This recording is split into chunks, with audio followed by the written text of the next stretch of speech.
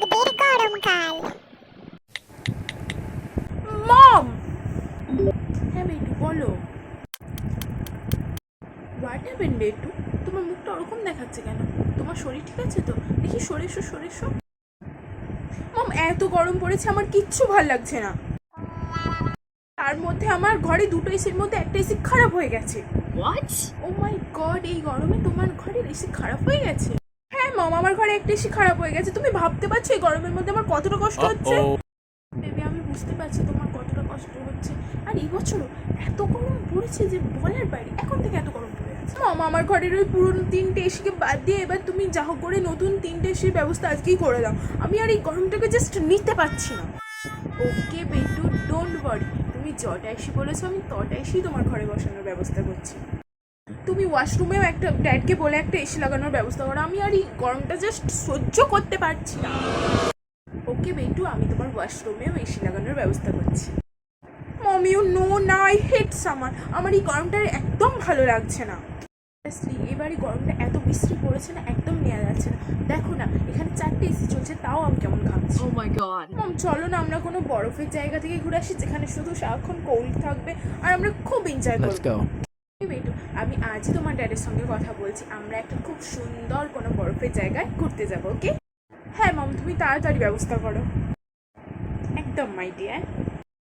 তুমি এই বাড়িটাকে পুরো এয়ার কন্ডিশনার করে দাও। বেটু, দরকার পড়লে আমি ঘরে 10টা 20টা এমনকি 30টাও এসি লাগিয়ে দিতে পারি, তবু তোমাকে আমি গরমে একটুও কষ্ট পেতে দেবো না। ওকে? শোনো বেটু, তুমি কিন্তু এই গরমে বেশি করে ওয়াটার খাবে, না হলে কিন্তু তুমি ডিহাইড্রেটেড হয়ে পড়বে। তোমাকে কিন্তু বেশি করে ফ্রুট খেতে হবে, এমনকি ফ্রুট জুসও খেতে হবে। মানে সমস্ত কিছু অ্যারেঞ্জ করা আছে, তোমাকে কিন্তু বেশি করে খেতে হবে। আর এই গরমে বেশি করে ফ্রুট খেতে হয়, তুমি জানো তো? আর মা, যা গরম পড়েছে আমরা ফ্রেন্ডসরা মিলে প্ল্যানিং করেছি যে আজকে আমরা ওয়াটার পার্কে এনজয় করব, চিল করব। Water park, wow!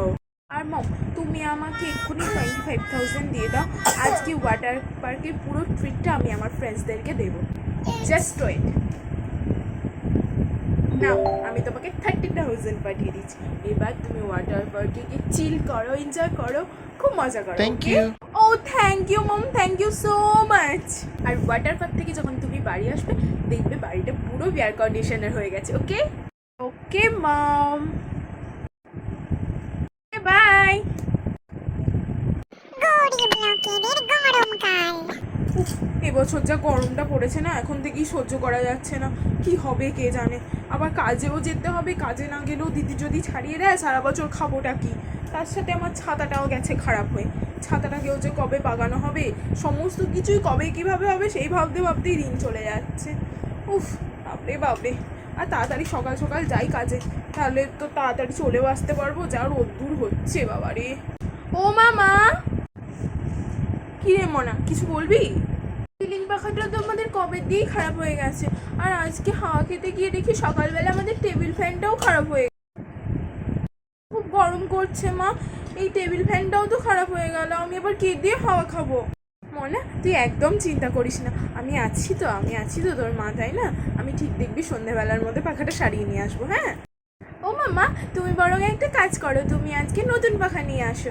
আমার বন্ধুর বাড়িতে দেখেছি আর বড় বড় পাখা অনেক অনেক হাওয়া হয়, আর খুব ঠান্ডা হাওয়া হয়। নতুন পাখা কিনবো, তা মা টাকা কোথায় বল? নতুন পাখা তো আর কিনতে পারবো না, এই পাখাটাই না হয় তোকে সারাই করে দেবো মা।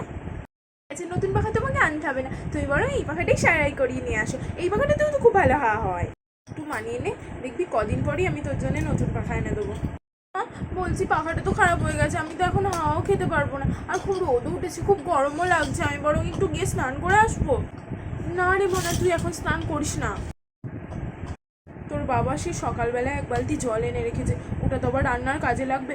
বরং বেলায় যখন জল আসবে তুই তখন স্নান করে নিস বাবা।